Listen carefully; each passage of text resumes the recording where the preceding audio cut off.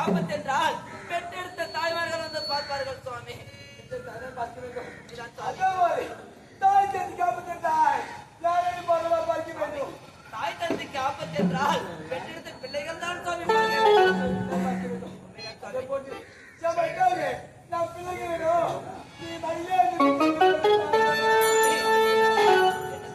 நான் மரியாதை பிச்சை எடுக்க வேண்டுமா? அப்படி என்றால் இந்த பிரம்மை கபலமாக படுத்த உங்களை விட்டு விலகும் என்றால் இந்த பாமர மக்கள் மேலே நான் மரியாதை பிச்சை எடுக்கின்றேன். மரியாதை பிச்சை கொடுத்தோம். அந்த பிச்சை உண்டாகிடும். எனக்காக மரியாதை இருக்கின்றேன் சுவாமி.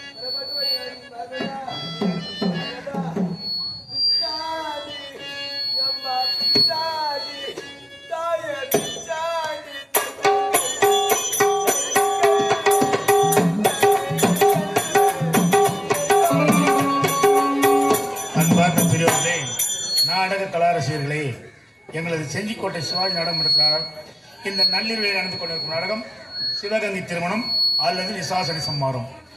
இந்த சிவகங்கை திருமணத்திலே அந்த பிரம்மனுடைய 5 சிரத்தில் ஒரு சிரத்தை இந்த ஈசன் கொய்த காரணத்தினால் அந்த பிரம்மகபாலம் கையிலே தாங்கிக் கொண்டு அகோர பசியாக தோன்றிவிட்டது. அதன் பயனாக சுடுகாட்டிலே சென்று சுட்ட பிணங்களை தின்ற பின்பும் இந்த ஈசனுக்கு அகோர பசி தீரவில்லை. உலகிற்கே படியளக்கக்கூடிய பரமனுக்கு இன்று நாம் படியளக்கக்கூடிய ஒரு அரிய வாய்ப்பு. நாம் தெரிந்தோ தெரியாமலோ ஒரு சில பாவங்கள் செய்திருப்போம். அந்த பாவங்கள் எல்லாம் இந்த மேடையோடு அகல இந்த அன்னைக்கும் ஐயனுக்கும் மணிக்காணிக்கு அளித்து அவருடைய ஆசி பெருமோடு அன்போடு கேட்டுக்கொள்கிறோம். பிச்சாண்டி அம்மா பிச்சாண்டி தாயே பிச்சாண்டி தம்மை கண்டு பிச்சை இடுங்கள் பெரிய காரணிதான் அது இடுங்கள்.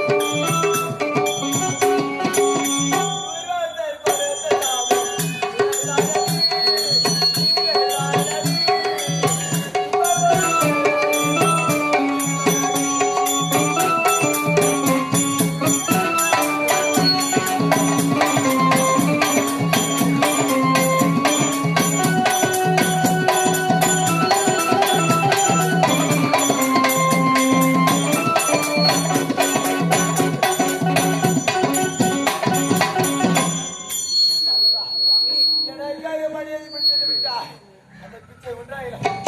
என்னுடைய பசி திறன் பார்க்க வேண்டும் அல்லவா?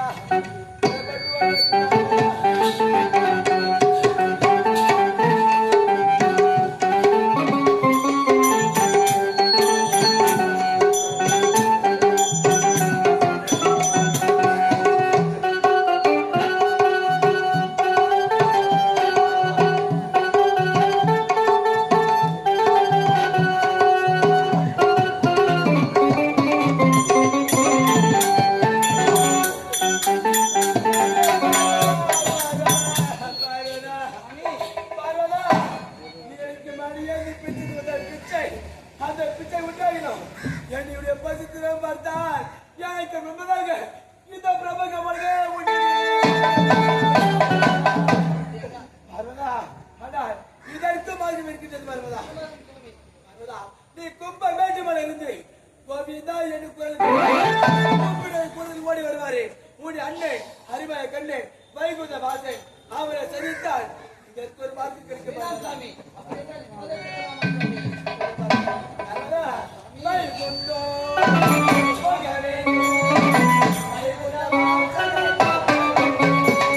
வைகுந்தா போக வேணும், வைகுந்த வாசலை பார்க்க வேணும்.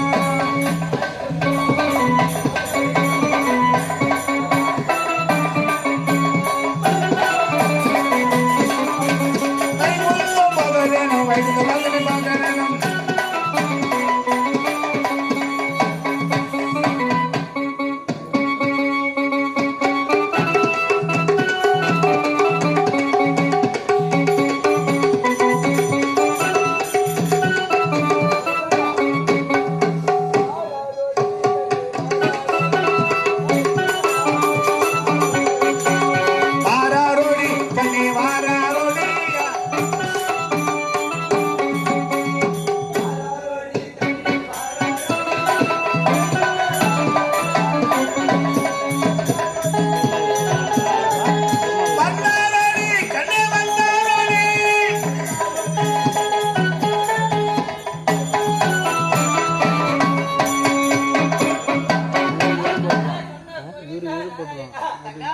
என்னுடைய கணவரின் நிலைமையை பார்த்தீர்களா?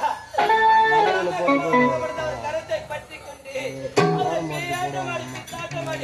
இடுகாடு என்று சொல்லக்கூடிய சுடுகாட்டுக்கு போய் வந்தோம். அந்த பிரம்ம கமலமாகப்பட்ட